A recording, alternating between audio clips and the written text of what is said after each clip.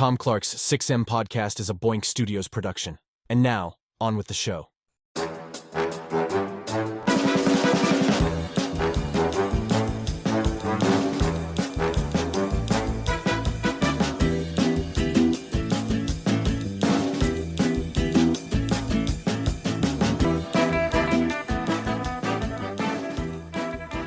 Hey, what is up? Welcome to Tom Clark's 6M podcast. I'm your host, Tom Clark, and in this episode, I'm joined by co-host Phil Lindsey.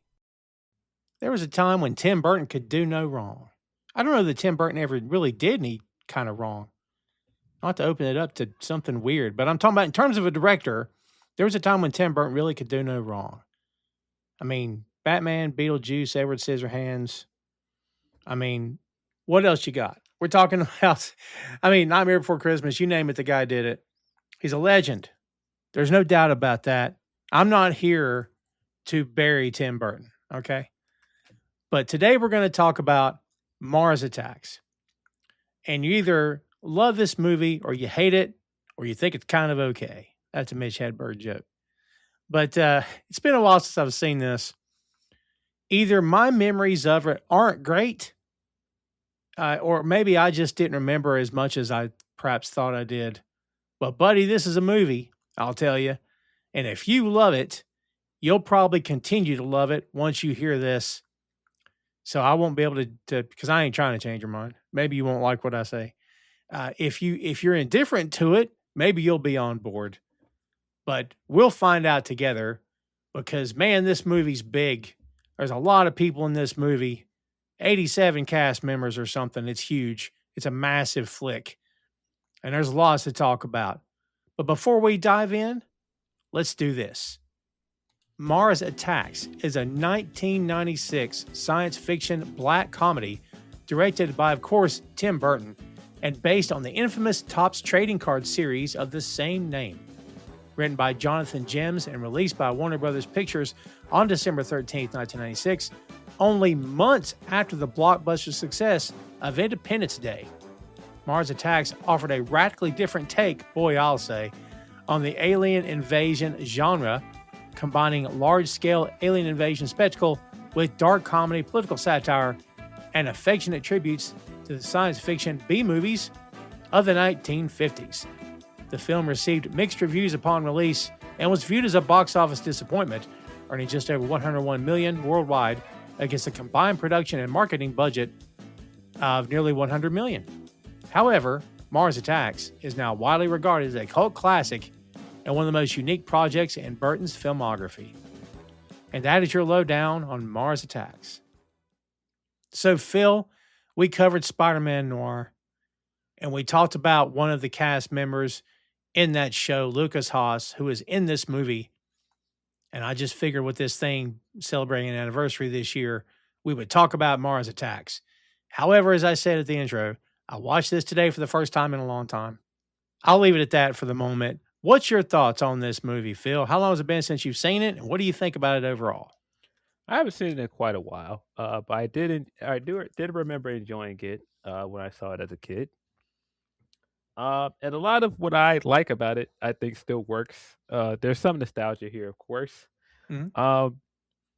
Tim Burton is such an interesting director. He's such an interesting creator in general, because he has this incredible way of flipping things on their head, kind of subverting what you think you know about things that you see all the time.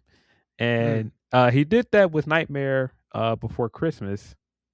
And I think he's done this great job of, in that movie and in Batman Returns, really showing people, hey, Christmas is kind of a depressing holiday when you really think about it. Yeah. It's great, but he also has this great way of showing this kind of weird and absurdity to American culture. And he did it very well in Edward Scissorhands and the way that he depicted suburban culture. And it's always done in this way where hey, this weirdo, the people we're supposed to think is the weirdest person in the room. No, he's not the weird person. He's not the frightening person here. It's all of this normal stuff that it's supposed to be normal. When you really look at it from the outside lens of well, wait a minute. all these people are kind of strange. um, and he does that again in this movie, and it's so funny. The satire here is very funny at times, because yeah, we're supposed to look at this stuff like, yeah, this is all stuff we're used to, especially from that time period, the 1970s, and it's kind of funny when you look at it now, looking at the 70s through the lens of the 90s at that time and how cynical the world had gotten in the 90s and compared to like this like hopefulness of the 1970s. It is kind of funny looking at it like, oh, these people are kind of hapless and naive at every turn. Like the Earthlings are so like incredibly naive to the point it's like, well, wait a minute. You don't see where this is going? He just wants to talk. Why can't we be friends? Why can't we just work together? Dude, Yeah, after like 5 attempts, stop. You know what I yeah. mean? And he also does a great job of kind of lampooning politicians and really showing like the ineptitude of the American political system. Mm, Um, it's done in a very funny way, very tongue in cheek way. But I also, this time around, I looked at it different too because I didn't notice this, and of course, I wouldn't have noticed it as a kid. This is only a way an adult would look at this, and an adult that knows American history. This idea, because again, he's trying to pay homage to the 50s disaster movies and like the horror movies and like mm. the invasion movies, like Invasion of Body Snatchers. Um, I think this movie creates this fantasy of what Americans are like, even in the 70s, and tries to present this idea of, yeah, Americans just want peace and they just want to, listen to scientists and uh they wouldn't listen to this like overbearing general. They'd listen to the scientists over him. And I'm just like, that's not reality. That's not the America that I don't think I've ever lived in. We will never live in that America.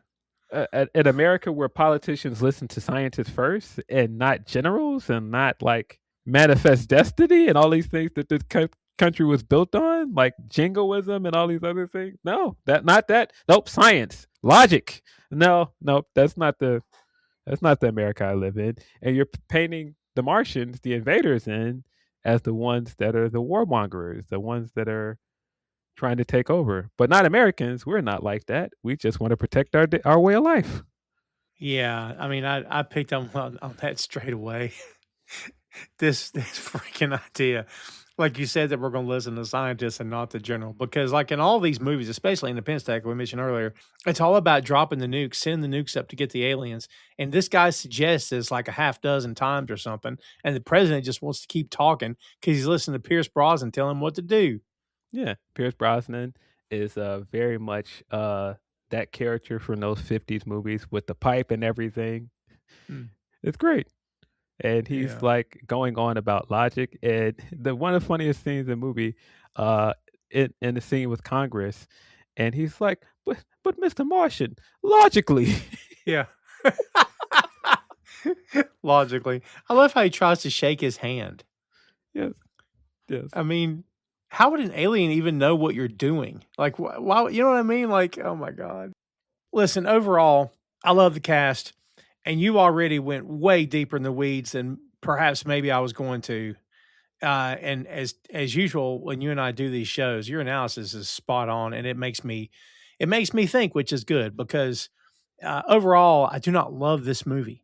I don't hate it, but I do not think it's a great film. Love the cast. Some of the quirky lines of dialogue are fun. It looks like they're trying to have fun working together, but man, this is not a good movie for me. And like I cannot get into it. I do like the idea of deconstructing the political system, all that stuff that you pitched earlier. I think that makes a yeah, ton of sense, right? yes. Tim Burton does a great job of like really um painting Americans as people that live in a bubble, that like Yeah. they have like their own ethnocentric way of seeing the world. And like all of these people, no matter what side of the country they're from, there's like this vapid and like insipid like hokiness to them. And there's like almost like this like naivety to them that is so funny.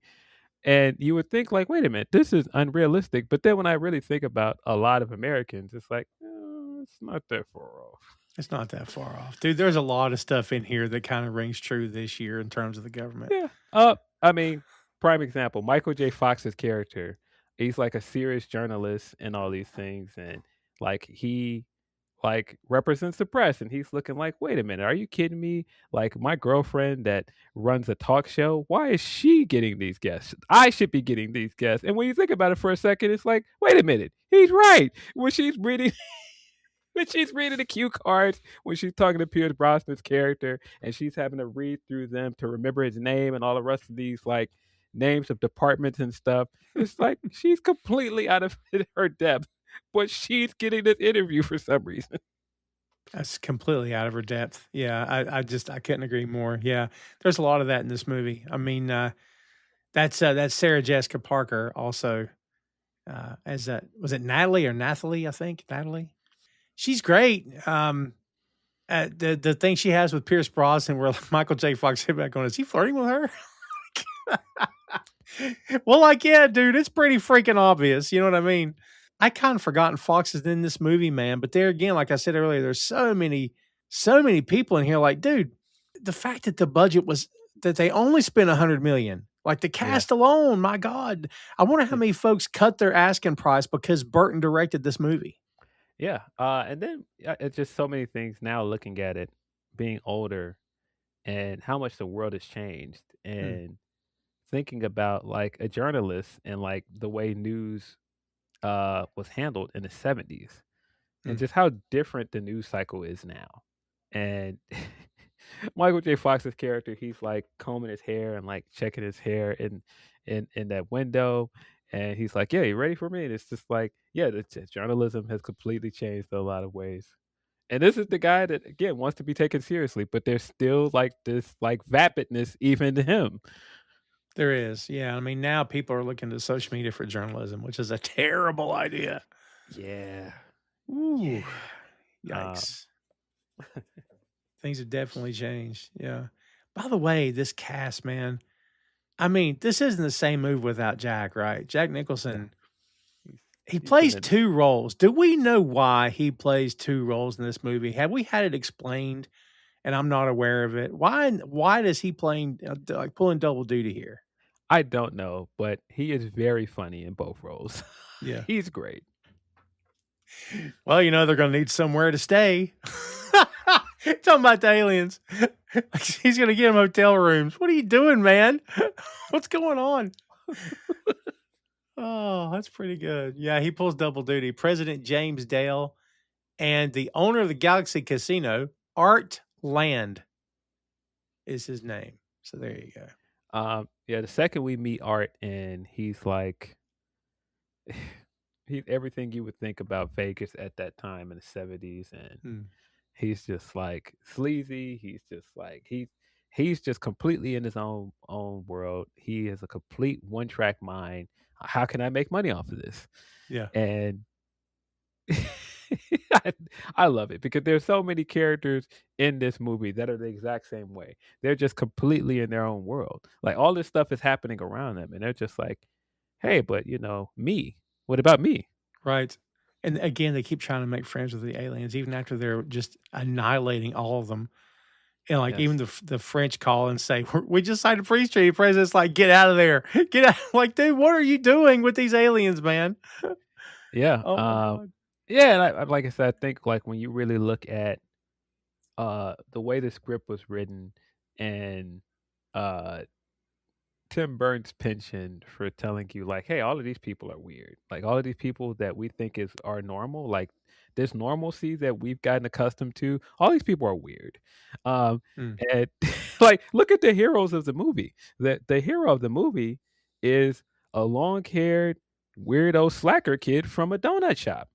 You would think it would be the kid that left the house to join the military, right? No, right. it's the opposite. It's the slacker kid that they look down on. We don't even get that much of that kid in this movie either. We don't see him a No, whole lot. no. The guy that cared, the kid that cared more about the elderly and cared about just being a nice guy. That's the hero of this movie. Mm. Not the military, not the guy that, Jack Black's character, which I still think was one of the funniest gags of this movie. The first time we see his character, he's putting together the gun so fast and they're timing it and stuff at the kitchen table.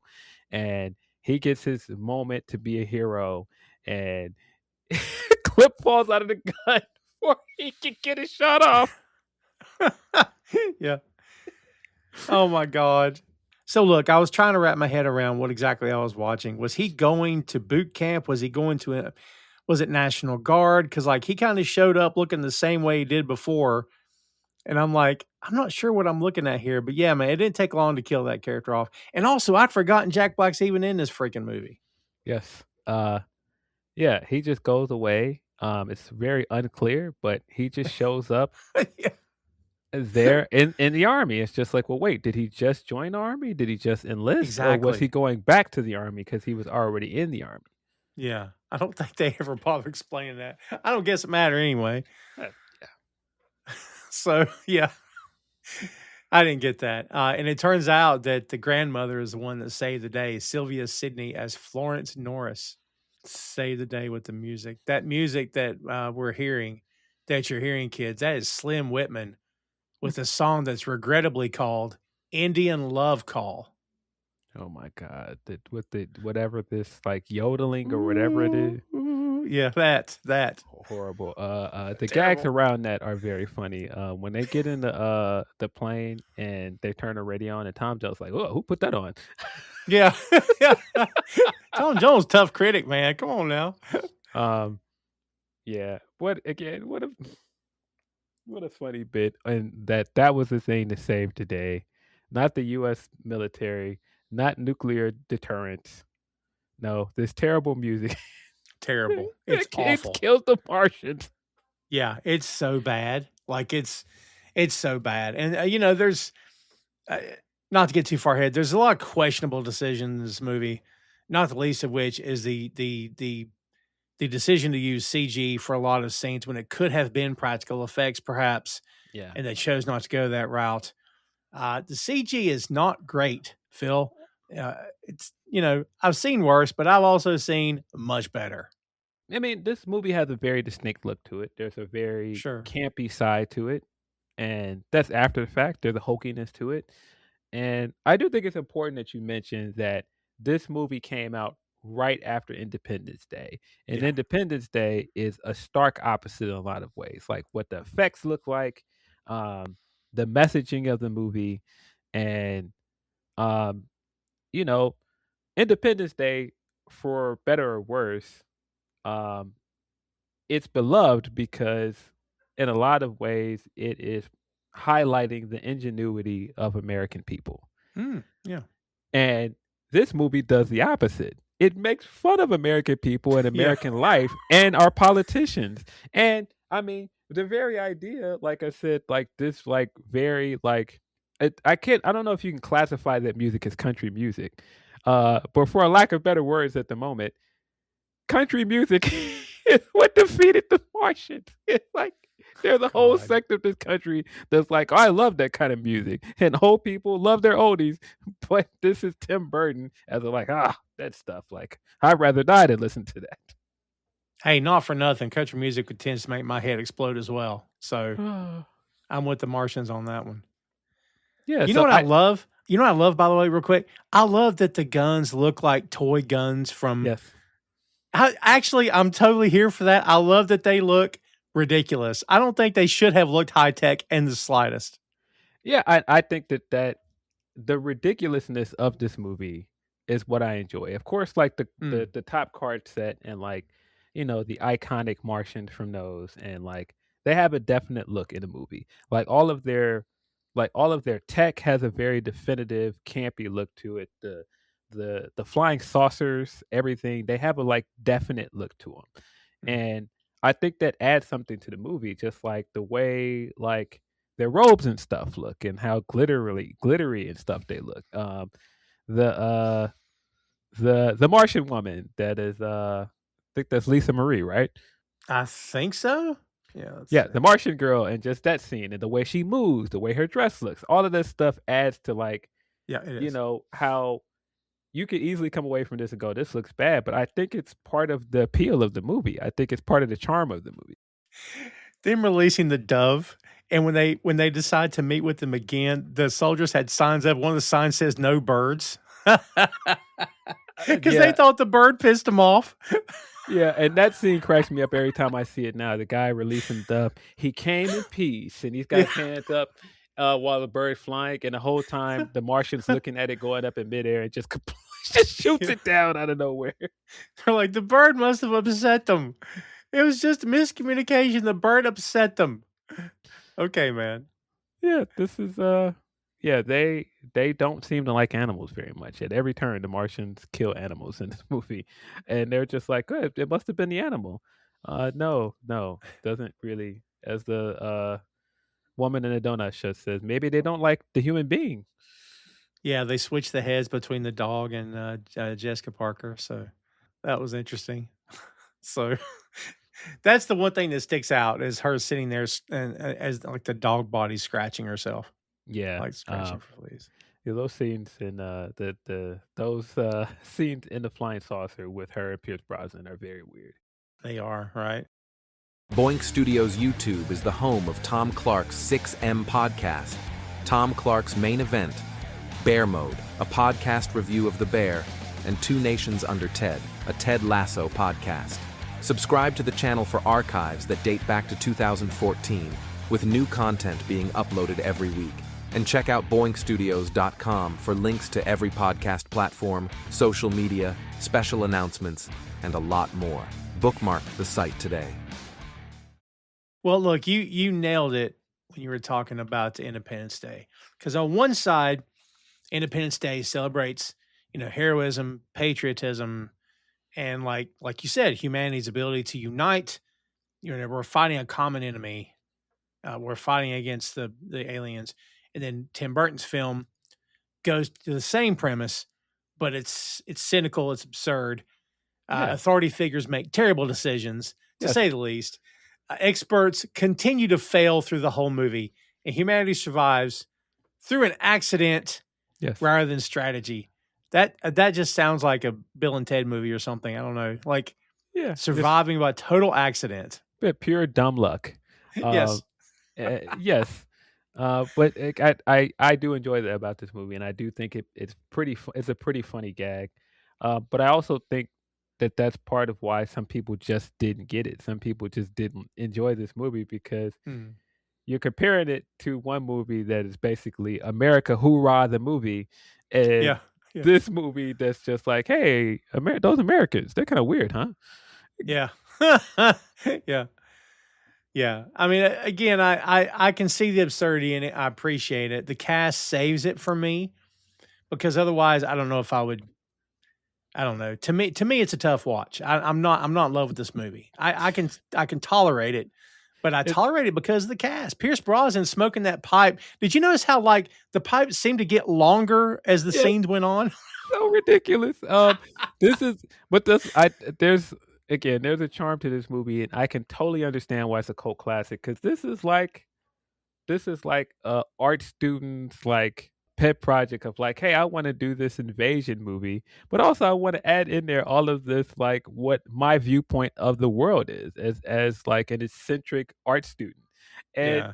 like that's not going to play as well with the blockbuster crowd. Yeah, that's fair.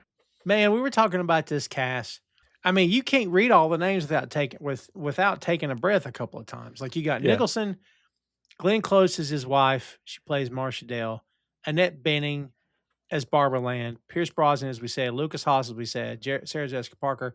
Martin Short as Jerry Ross.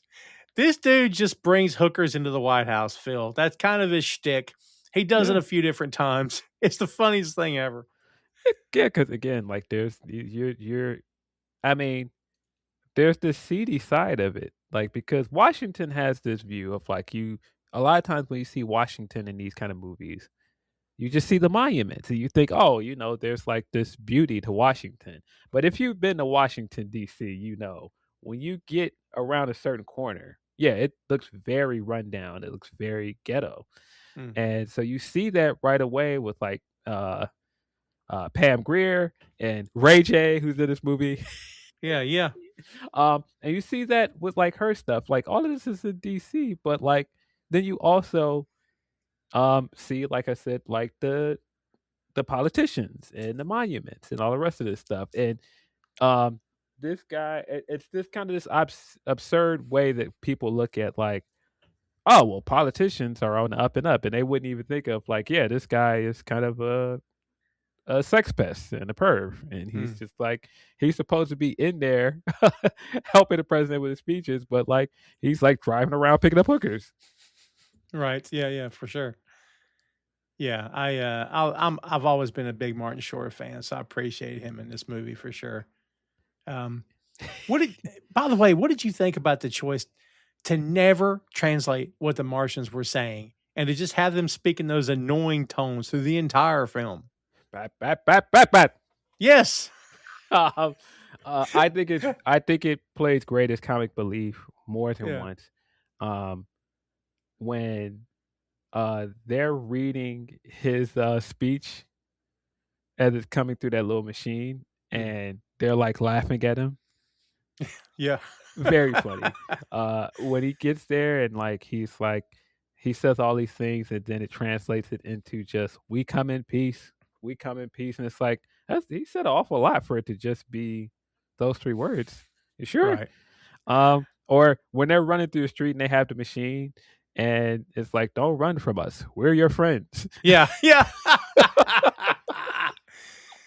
Yeah, those translations are funny, but like when they showed them on the ship and they chose to not tell you what they were saying to each other, it's almost like they're just a bunch of kids hanging out. And also, what about the choice to put them in like human underwear as they're on the ship? Why would they clothe themselves? Isn't that funny? Hilarious, man. They just have like these sparkly robes and get ups, and then under that they have like just underwear on. Yeah. Yes. What are they Uh hiding? Like, yeah, they're just like kind of perverse and crude and like yeah, it's just got ridiculous. they're watching people in the trailer park have sex, and they were like making faces at them through the window and stuff. Like, Yeah, that's very messed up, man. yeah, but it's so funny because when you put what we actually see them doing in the flying saucers and all the stuff they start doing afterwards when they start invading Earth, and Yeah. you think about how Pierce Brosnan's characters like try to describe them. Well, look, they clearly have these huge brains, so maybe they're telepaths, and they have to have like this higher way of thinking. And I kind of love this idea too that Americans or just the people of Earth in particular would think, oh, it has to be like this higher source of intelligence because they're on another planet. And how do Mm. they survive on another planet? Or they could be just as cruel and stupid and perverse as we are. They're just on another planet. That's fair. That's fair because they, without knowing, well, I'm sure they know they did it, but like they sort of made the point in the movie. It's like, why would we automatically think that they're up to no good, that they're evil? Like, because that's what we are. That's why Yes. we always assume a visiting alien race is here to kill us because we just, the only thing we've got to gauge our reaction with, Phil, is what we have already done to many indigenous people over the years. Yes. Yes. But that's also why I think the naivety of the Americans in this movie is very funny. Yeah, that's true. We mentioned Michael J. Fox, but it doesn't stop there. We got Rod Steiger. We've got Danny DeVito, Lisa Marie, as you said. Joe Don Baker is here. Jack Black, as we said. Christina Applegate is here. Pam Grier is here.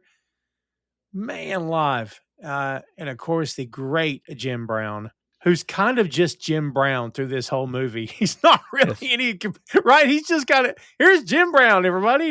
And it's just kind of him through the whole freaking film, man. Yeah, they very much make fun of the fact that, hey, everybody looks at this guy like he's this big deal and he's this American hero when he was just a boxer. And it's just like people look at uh athletes that way. Like he's an American hero. And Mm. the fact that he has this whole standoff with the Martians where he fights them off with his bare hands, it's just like, but he's just a boxer. Like Yeah. Yeah. it's so funny. Um yeah, Danny DeVito, what a guy, man. Danny DeVito's scenes are funny to me every time because again, it's this idea around a lot of these characters that are so like stupid and vapid, and they're looking around like how all these things are getting blown up around us. They're like the world is coming to an end, and he's like, "Hey, you're Tom Jones. It ain't unusual." Yeah, he just starts singing. Yeah. His character's name, they just call him Rude Gambler. They don't even give him a name, which I thought was pretty good. Yeah. Yes. He offers him a Rolex, the Martian, to leave him alone. Ah, look at this. It's a Rolex. All right, look. Yeah, he's like, I'm a lawyer. That's going to get you shot right there. I don't care who you are. So, Martian's like, oh, we got lawyers. Bam. Tom Jones, by the way, Phil, if you're going to have a movie and Tom Jones is available, you just have Tom Jones play Tom Jones. I mean, why wouldn't you just have him? This dude, once again, he proves he's funny. He's got a great self-deprecating sense of humor. Man, I love that guy, dude. I'm telling you right now, I've always been a fan of his, man. Yeah, he was very funny in his scenes. And also just a little bit here where they kind of poke fun of the outlandishness of Vegas. Yeah. And like he's performing and he turns around and the Martians are there and he's running backstage. He's like, "Girls, get out of here, run." It's like dude, as they're hijacking his band one by one, and eventually turns around, they're like, they can't sing. Dude. I was here for that, man. That's I think they put that in the trailer many times as they were promoting this film. Yes. Yeah, it's again just this idea of celebrity in the world and how, yeah, well, can you fly a plane? Well, of course, you got one? Yeah, exactly. Yeah, for sure. Yeah. Because every celebrity is a pilot, right? Well, John Travolta is. He is. Yeah, you're right. Yeah, so is Harrison Ford. Well, there you go. Why wouldn't we believe that Tom Jones could fly a plane? Sure. Fine. Tom Jones can fly a plane.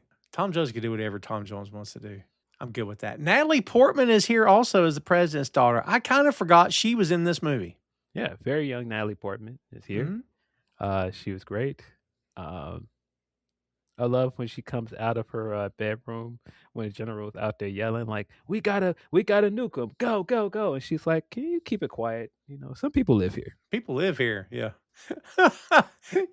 Yeah. It was an interesting choice to kill off basically everyone in the film besides Jim Brown and Pam Grier. It seems like everyone else got killed, just about, except Pam Jones, or Pam Grier and Jim Brown and Natalie Portman and Lucas Haas, I think. So yeah, most of the other celebrities die pretty quickly. Yeah, all the beautiful people, all of the people that you expect to survive. Yeah, and again, I think that's very intentionally done, very much mocking how all these people that are on TV all the time, that we think, oh, this person will figure it out, and they're all kind of clueless. Yeah, and I think that's what makes this movie so funny. Like at every turn, you're seeing just how clueless and ridiculous these people are. The president has multiple chances to just say, "Yeah, we gotta get rid of these guys. We gotta like actually come up with a plan." And he keeps trying to reason with them, which is very much not an American thing to do. But he keeps trying to reason with them all the way up to the end. His speech is fantastic. His speech he gives to the Martians. And it's right in line with a lot of things we know as Americans from watching the president come on and just kind of say a few words, and then we just go on with our lives. We don't really pay it a whole bunch of attention. Yeah. But he gives this great speech, and it's right up there again. If you juxtapose it with the president's speech from Independence Day, it's just like, hey, that was kind of great. And the Martian sheds a tear, and he just kills him anyway. Yeah. Man, on what planet do you think this is going to work this time? That's what I couldn't get over. This is not going to work this time. It never worked before. It's great. Everything is for show. Like when they bust into the war room and he's behind the chair and he keeps poking his head up from behind the chair, watching people get killed. Yeah. It's so ridiculous. It's so cartoony. And he's he's giving the speech, and the whole time he's like walking up, picture perfect, putting his jacket on, and like by the end of it, he walks up and he's ready for this photo op that he's been trying to get the entire movie of shaking the Martian's hands, and he finally gets it, and he thinks he's accomplished something. It's just like, dude, how clueless are you? Right. God, it just never ends. Because, like, after twice, like, maybe you give them the second one, but after 3 or 4 times, you're like, all right, that's enough. Good God, what are we Yeah. doing here? The first lady, when she gets killed, she's like, not Nancy Reagan's chandelier. I love how people in movies just stand there and wait for the thing to fall on them. And they just scream at it. She's dead. What was her name? Was it Martha? It was Marcia. Marcia. And the president comes out. He's like, Marcia. And he's like standing there looking at her. Marcia? Yeah. Marcia. He's like trying to get her to run away. And he just keeps saying Marcia over and over. Like, I don't think she's going to make it. Yeah. It's so funny. Like what they're spoofing is so funny. Like if you've seen any of those like older horror movies, it makes it even funnier. Yeah. Yeah, I was here for that too. Again, I love the cast. There's so many weird, crazy, absurd moments in here that I was here for. So again, I appreciate that stuff. Paul Winfield is here too. We didn't mention him as General Casey. We've also got Valerie Wildman. She's a reporter. Michael Riley Burke. Let's see. Janice Rivera as Sydney. As Cindy, she's the one with Nicholson's other character. I was here for that as well, actually. Yeah, she is the recovering alcoholic. Yes. And yeah, her exchanges with Art are very funny as well. They were. Like she's doting on him, and he just could not care less. He is just got a complete one-track mind. Yeah. I gotta build this casino and this hotel. Like, yeah. yeah. Yeah, the general as well. He's so over the top and ridiculous. It's funny as well. He's standing there with the 2 guns trying to kill the Martians by himself, and he's like, "We'll never give up. We'll never surrender." And they're shrinking him, and he's still yelling to the top of the lungs, "Never! Democracy will win. We'll never give up." They just freaking step on him. Yeah, Frank Welker does the voice of all the Martians. And if you know your voice actors, kids, you know that is Fred from Scooby-Doo, the great Fred Welker. He's done a lot of other stuff too. Again, like, I don't hate this movie, but there's just parts of it I'm like, Act 1, as we know, we've already covered a lot of it here. Basically, we come in peace. Short-lived optimism, to put it mildly. It takes place in Nevada. The Martians repeatedly announce they come in peace, as we said, and then everything just kind of goes to crap after that. Yeah. And it's like, again, the first contact storytelling is sort of, they put the kibosh on that pretty quick. Just some for behind the scenes here, Tim Burton and the writer Jonathan Gems used the Towering Inferno as a structural blueprint for this movie. Yeah, and the original screenplay featured far more locations and characters than what we got in this movie. Warner Brothers demanded extensive rewrites to reduce costs. They had to get the cost down. So, yeah. I had completely forgotten the opening scene of this movie, by the way, where the guy walks across the street to his neighbor and he's like, doing some barbecuing, huh? Smells great. And he's like, oh my "No." God. And you have the flaming cattle running up the street. Dude, what a horrific scene that is. Man, you're right. They don't like animals for sure. That's horrific, man. They, the Martians come in, they destroy Congress, launch a full-scale invasion. I will say I was here for the exact flying saucers. The same things they've been talking about since the 1950s to today. The generic, the day the Earth stood still, flying saucers. I kind of like that they just stuck with the basics on that. Yeah, they're like the designs and everything for the Martians tech. I really like the way their ray guns kind of like just like evaporate flesh. Looks like it just leaves the Gruesome. skeleton. Yeah, it looks crazy every time it happens, and yeah, I think a lot about this movie is a lot of it is nostalgia because I saw it as a kid, but like it still kind of stands up. Like there's some effects that look very bad, like the dove looks terrible, of course. Um, Yeah. Yeah, and we talked about the effects earlier. Like the budget just got out of control to the point that they switched from Industrial Light and Magic to CGI. And buddy, that is a massive switch. Tom Clark's 6M podcast is sponsored in part by Radius Law Group. Every day, Radius helps individuals, families, small businesses, and nonprofit organizations throughout North Carolina, Florida, and Pennsylvania resolve their legal issues by providing effective legal counsel in the areas of estate planning, as well as elder law and Medicaid. Radius Law holds the radical belief that working with a lawyer can indeed be enjoyable. So give them a call at 1-800-519-5667 for more information and tell them that Tom Clark's 6M podcast sent you. I don't think that helped. I don't think it could have saved it in terms of the bad reviews and the poor turnout, but I do think it couldn't have hurt if they'd used more practical effects here. But again, they were over time, over budget, and they were trying to cut it down.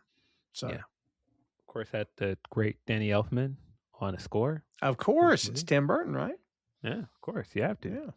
We talked about him before. We've reviewed the Batman movies here. We've talked about Danny Elfman stuff. We did Dick Tracy, so we've talked about him as a composer. And I'm sure I asked you this question years ago when we talked about those movies, but I'll ask you again here because I don't recall. Where do you stand on Elfman? Like, a lot of his stuff is legendary, but the number one complaint I've heard above all else is that his stuff starts to sound the same after a few different soundtracks. Do you agree with that? He definitely has his calling card. Like there's bits here like the theme that plays for the Martians a lot, like when they're like suiting up and they're getting ready to invade Earth. It has kind of had that same like dun dun dun dun dun dun dun dun, has the same kind of sound as like the Yeah. Nightmare Before Christmas as well for some of that. Oh, yeah. But yeah, I still think like his stuff is still like very memorable for a reason.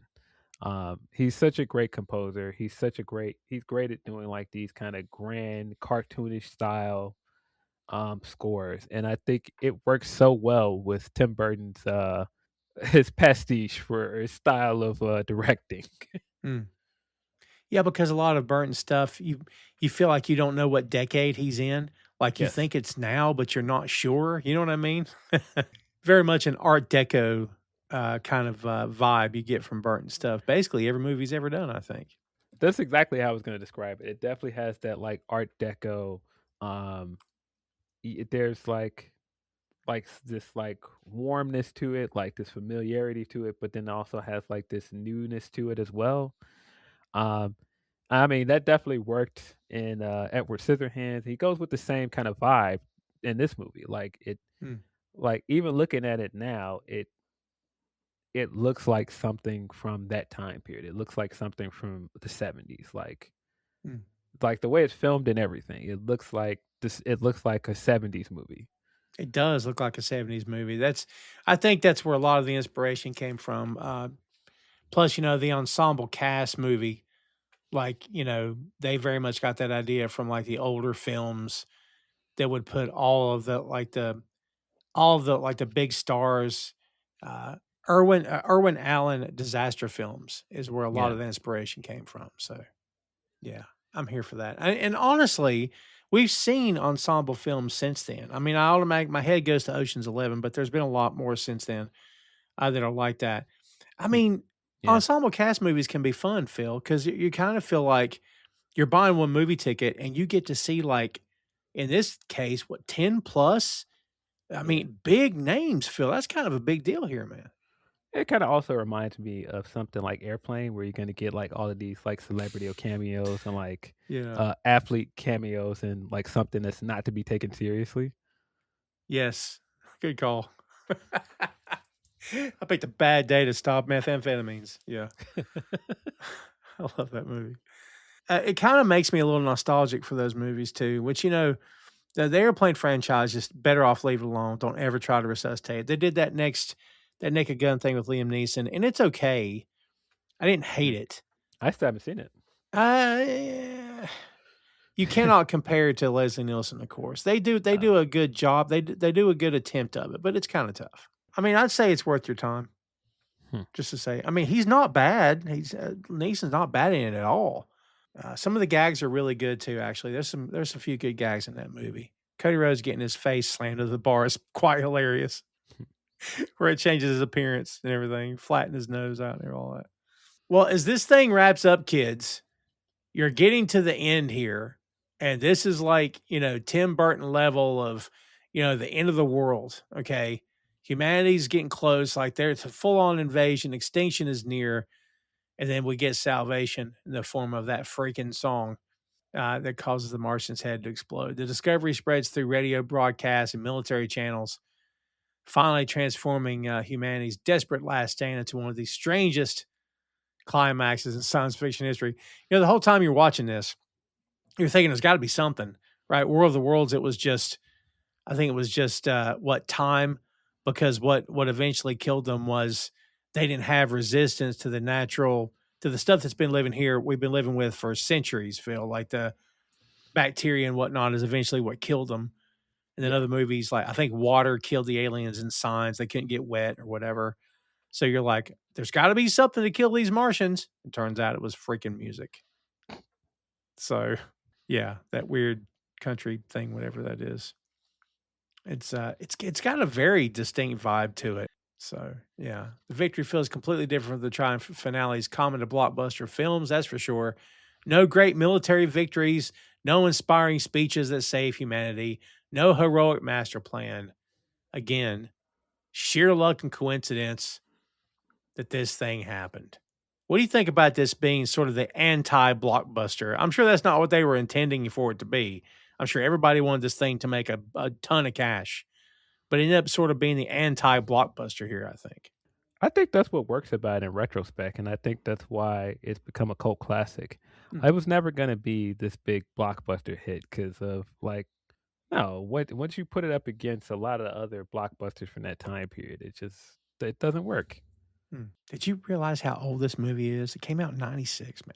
Oh yeah, definitely. A lot of the actors in this movie were a lot younger then. I mean, just how young Natalie Portman is in this movie. Um, the guy that we initially talked about that was in Spider Noir, I believe he's like 40 now. I would say, yeah, got to be pushing it. Lucas Haas, yeah. And he was a teenager in this film. So yeah, they're willing this big, ridiculous, um, Martian death ray up to the back of the old woman's head as well. And she's the whole time listening to this music in her headphones. She's not paying attention at all. Not at all. Yeah. Lucas Haas is 50, by the way. Wow. Yeah. Yeah. That death ray is just comical how freaking big it is. Yeah, it's like something out of Looney Tunes, like Martian. Yeah. Yeah. It's some good-hearted ribbing on a very serious case of dementia. Like it's a comedy, it's fine. But there's moments I'm like, this poor lady has no clue what's happening here. Yes. Yeah. I know there's some interesting and fun commentary on that as well, where it's like, yeah, they just put her in a home, and it's just like, even when he's saying we got to get grandma, and they're like, just leave her, she's gone anyway. Like, God, right? And he's the only one that goes to get her, and we see what happens to them in the trailer. It's like, yeah. I tell you one thing, they're not getting the TV again. Vapid American people. Yes. Yeah, man, because that big thing just smacks two trailers into each other and it just drops them to the ground. So They're I don't think they shoot made out it. they're trying to shoot through the roof. Yes. Because, you attack some parts of this country, namely where I'm at. Our solution is to take guns and shoot them. Yeah. Remember that bit in Independence Day where you could hear, who was saying, please, that we advise stop shooting at the aircraft. Like, friggin' idiots. From the ground up, let's take our shotguns and shoot at these UFOs. This is why they've not invaded yet, Phil. They don't necessarily want to kill us. They just think we're all stupid. So that's why they're not here. I'm okay with that because, we are stupid. So, yeah. As we said before, kids, this thing has got cult status for sure. And Michael J. Fox's role Because if you were wondering when you're watching this, the answer is yes. This is one of his final major live action film performances. And as we know, he is fighting through Parkinson's right now, and hopefully making strides. He's been on that show Shrinking a few different times, and we're always rooting for Michael J. Fox. Danny Elfman, as we said, returned to score the film. He after sitting out Ed Wood is when he did this. Again, the cult reputation, you cannot argue this. And basically during the DVD era, Phil, we'll Mhm. never get the era again of DVDs. I miss the No. days of the DVD coming out and buying the collector's edition, getting multiple discs, getting the artwork and all that stuff, man. I Yeah. miss those days actually. Yeah, and I think, like, there's absolutely a side to this movie that works better outside of the movie theater and Hmm. watching it at home. Because I think to a degree, this movie wants to be smarter, it kind of show more depth in its actual subject matter. Mhm. And that doesn't go over well with the audience, I think. And I think especially with the audience that loves something like Independent Day, it just doesn't Independence Day rather. It doesn't work as well because, people just want like a popcorn movie where, the aliens lose because of like, this big great third act with the Air Mhm. Force and jets and, Will Smith. Yes. Welcome to Earth. Yeah. Welcome to Earth. Yeah. Just that whole Team America World Police stuff. You know what I mean? That's what people want, honestly. Yeah. There's a movie to review. I haven't seen that movie in years. I think over time we could say that it feels like people become a lot more receptive to what Tim Burton was trying to do here. As you said earlier, Phil, what makes this movie special is the absurdity and it's the visual design, which doesn't always work. But at this Mhm. point, you know what it kind of feels like? It kind of feels like when you watch a 50s sci-fi movie, and you can Mhm. even see the strings holding the aircraft or the spacecraft up in the sky, and things are obviously fake. It kind of feels like that's what this movie has become. Like we know Yeah. it's not great, but you're like, yeah, it's kind of the charm of it, maybe, perhaps. Yeah, I definitely think it's part of the charm of the movie. Yeah. And of course, the ensemble cast, can't forget to mention that again.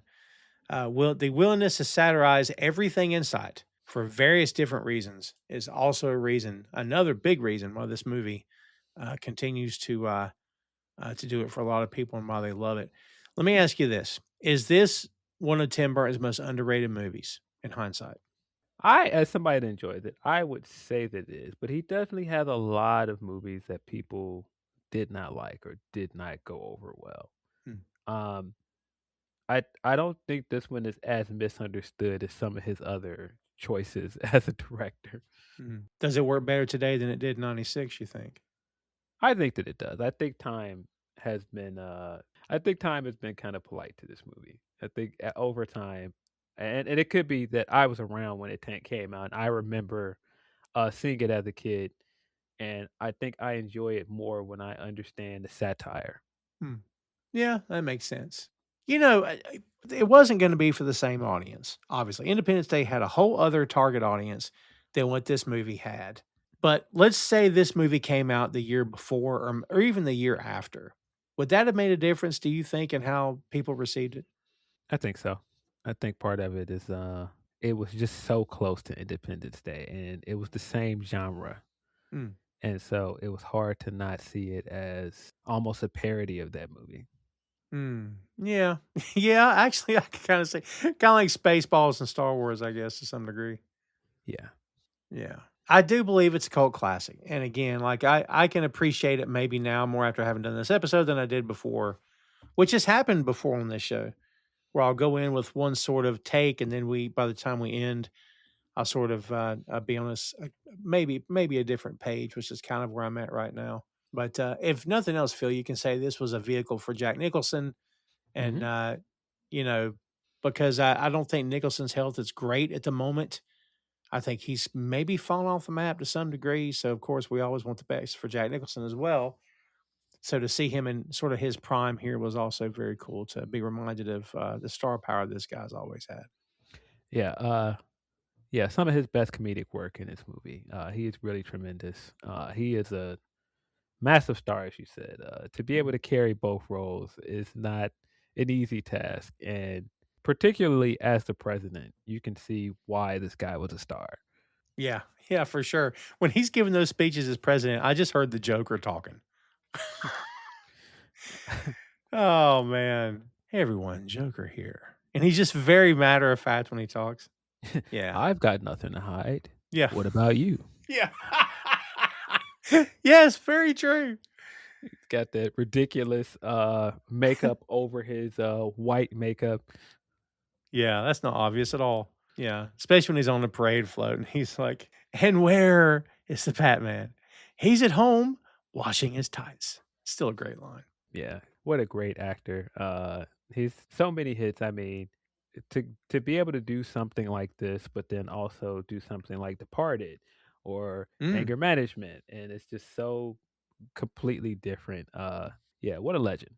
And the fact that he loved making that Batman movie just makes me Yeah. like the guy even more because he had such a blast doing it, which was so cool to hear and see. So, well, there you have it, kids. There is Mars Attacks. And if you've not seen it for whatever reason, and we just ruined the whole thing for you, don't let me stop you from watching it. Watch it for the sake of saying that you saw it, and also because it is a Tim Burton film, and you may fall in love with this movie.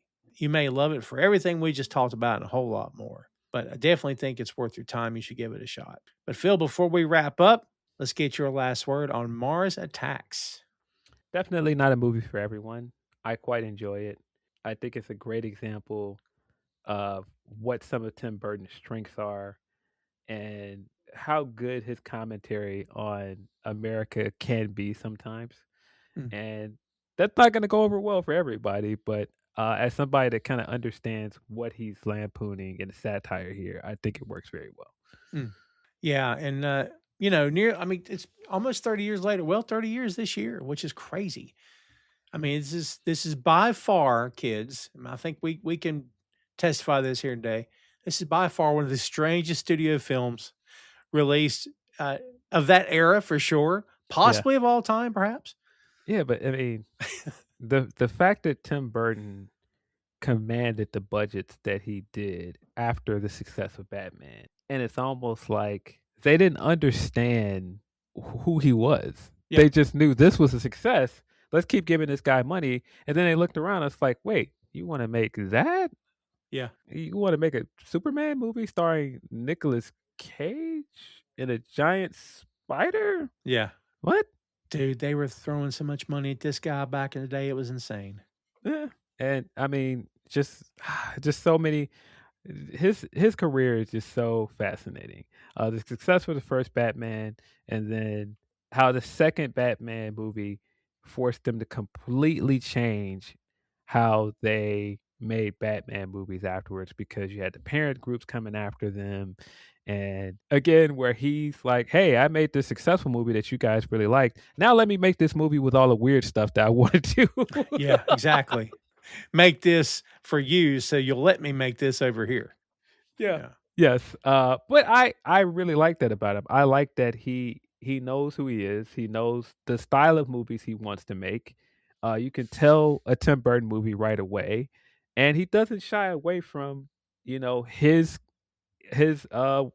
idea of weirdness and like his style of art that he wants to put in these things.